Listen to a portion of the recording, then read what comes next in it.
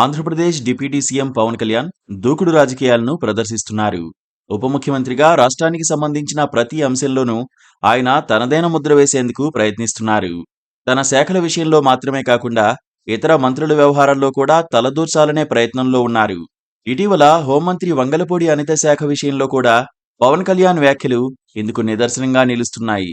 జనసేన అధ్యక్షుడు రోజువారీ ఏదో ఒక అంశాన్ని టచ్ చేస్తూనే ఉన్నారు. తాజాగా ఆయన కాకినాడ పోర్టులో మాజీ ఎమ్మెల్యే ద్వారంపూడి చంద్రశేఖర్ చేస్తున్న రేషన్ బియ్యం స్మగ్లింగ్ పై సంచలన వ్యాఖ్యలు చేశారు. అధికారుల తీరుపై పవన్ కళ్యాణ్ మండిపడ్డారు. బీబో లవాన్ వీళ్ళంతా మానసాకి సప్లై చేస్తున్నారు. మానస ఎవరిది?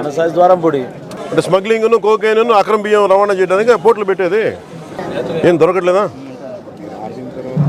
చేయండి, తెప్పించండి. జిల్లో బాగానే చేశారు, మళ్ళీ ఇప్పుడు మొదలు పెట్టేశారు. అందరు మళ్ళీ నెక్సెస్ అయిపోయారు. మీరు అందరు ఆపిన తర్వాత పెరిగింది సార్. ఇంపాసిబుల్, లేకపోతే ఇంత సరుకు రాదు.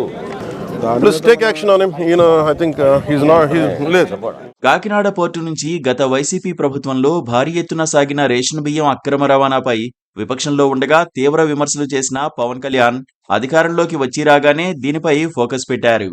తమ పార్టీకే చెందిన పౌర సరఫరాల శాఖ మంత్రి నాదెండ్ల మనోహర్ను తరచూ అక్కడికి పంపి బియ్యం రవాణాను అడ్డుకోవడానికి ప్రయత్నిస్తున్నారు. దీంతో రేషన్ మాఫియా అలర్ట్ అయింది. వారికి సహకరిస్తున్న అధికారులు అలర్ట్ అయ్యారు. దీని ఫలితమే డిప్యూటీ సీఎం అయిన పవన్ కళ్యాణ్కు 2 నెలలుగా కాకినాడ పోర్టులోకి ఎంట్రీ లభించలేదు. పవన్ ఈ మధ్య కాకినాడ పోర్టుకు వెళ్లారు. పోర్టులోకి అడుగుపెట్టిన వెంటనే అధికారులను స్మగ్లింగ్ షిప్ గురించి వివరాలు ఆరా తీశారు.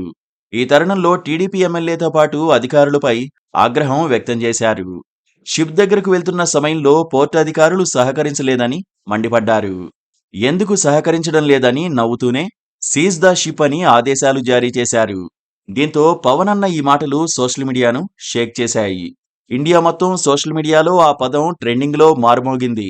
తెలుగు రాష్ట్రాల అభిమానులతో పాటు ఇతర రాష్ట్రాల్లోని ప్రజలు పవన్ వీడియోను షేర్ చేస్తూ తమ అభిమానం చాటుకున్నారు. ఉగ్రవాదులకి, టెర్రరిస్టులకి హెవెన్ ఇది.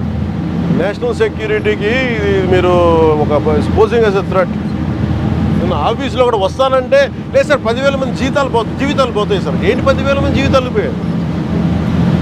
కోర్టు ఉన్నదేంటి మీరు కూర్చోబెట్టి స్మగ్లింగ్ చేయడానిక? Seize the ship. If any pressure comes from central government will see. నిజం చెప్పాలంటే సీజ్ ద షిప్ ఇప్పుడు దేశవ్యాప్తంగా అందరి దృష్టిని ఆకర్షించిన డైలాగ్. దీనిని ఎవరో సాధారణ వ్యక్తి చెప్పి ఉంటే ఇలా ఫేమస్ అయ్యేది కాదు. కానీ ఇది చెప్పింది పవన్ కళ్యాణ్. ఆంధ్రప్రదేశ్ ఉప ముఖ్యమంత్రిగా ఆయన ఉన్న పవర్ స్టార్ అభిమానులు ఆయనకు కల్పించిన క్రేజ్ వల్ల ఈ మాట నేషనల్ లెవెల్లో మారుమోగింది. పవన్ కళ్యాణ్ ఆరోపణల ప్రకారం రాష్ట్రంలోని కాకినాడ పోర్ట్ స్మగ్లర్లకు, సంఘ విద్రోహ శక్తులకు అడ్డాగా మారింది. అది నిజం కూడా.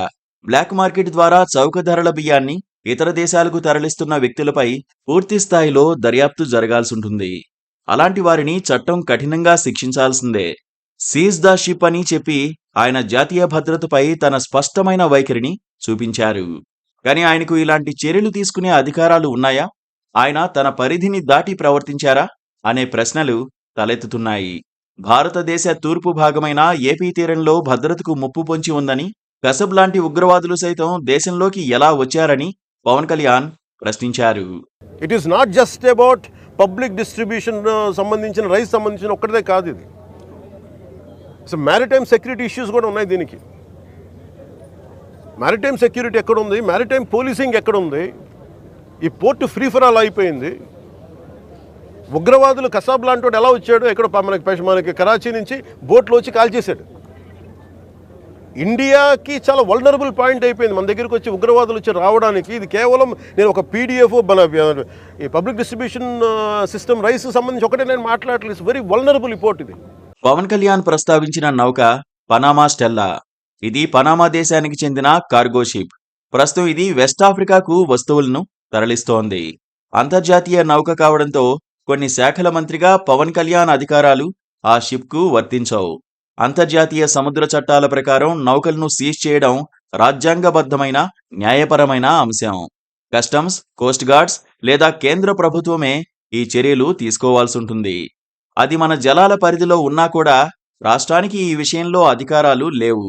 స్మగ్లింగ్, జాతీయ భద్రతకు సంబంధించి ఉన్న అనుమానాలు అధికారిక సంస్థలైన కోస్ట్ గార్డ్స్ లేదా కేంద్ర ప్రభుత్వానికి తెలియజేయాలి.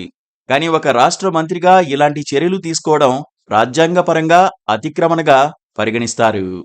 పవన్ కళ్యాణ్ చెప్పిన అంశాలు జాతీయ భద్రతను స్పృశించే అంశాలు కావచ్చు. కానీ అలాంటి పరిస్థితుల్లో సైతం ఎన్ఐఏ, ఐబీ వంటి కేంద్ర సంస్థలకు ఆయన సమాచారం ఇవ్వాలి.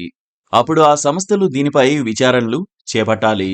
రాష్ట్ర మంత్రుల స్థాయిలో ఇలాంటి చర్చలు, ఆదేశాలు జారీ చేయడం ఏమాత్రం చట్టబద్ధమైన చర్య కాదు. దీనిపై జాతీయ స్థాయిలోనూ సమన్వయం అవసరం.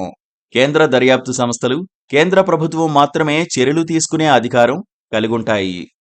పవన్ వ్యాఖ్యలు లేదా ఆదేశాలపై పోర్టు అధికారులు మల్లగుల్లాలు పడుతున్నారు. కాకినాడలో బియ్యం లోడింగ్కు వచ్చిన షిప్కు నో డ్యూస్ సర్టిఫికేట్ నిరాకరించి తొలి నిర్ణయం ప్రకటించారు. రేషన్ బియ్యం ఎగుమతి చేస్తున్న నేపథ్యంలో పోర్టు అధికారులు ఈ నిర్ణయం తీసుకోవాల్సి వచ్చింది. అయితే షిప్ సీజ్పై మాత్రం అధికారులు మల్లగుల్లాలు పడుతున్నారు. ఎందుకంటే షిప్ను సీజ్ చేసే అధికారం పోర్టు అధికారులకు గాని, రాష్ట్ర ప్రభుత్వానికి గాని లేదు. కస్టమ్స్కు మాత్రమే నౌకను సీజ్ చేసే అధికారం ఉంటుంది.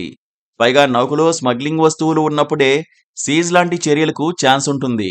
స్మగ్లింగ్ చట్టం పరిధిలోకి రేషన్ సరుకులు రావని పోర్టు అధికారులు నిగ్గు తేల్చారు. అయితే పవన్ చెప్పినట్లుగా కాకుండా మరో విధంగా చర్యలు తీసుకునే అవకాశం ఉంది. పౌర సరఫరాల శాఖ ద్వారా అడ్మిరాలిటీ కోర్టులో కేసు వేసేందుకు మాత్రం అవకాశం ఉంటుంది.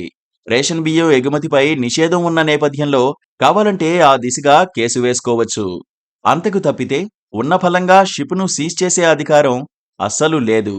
Please do subscribe to Please do subscribe to Please do subscribe to Please do subscribe to Please do subscribe to Please do subscribe to KTV Telugu. KTV Telugu. KTV Telugu. KTV Telugu. KTV Telugu. KTV Telugu. Please do subscribe to KTV Telugu.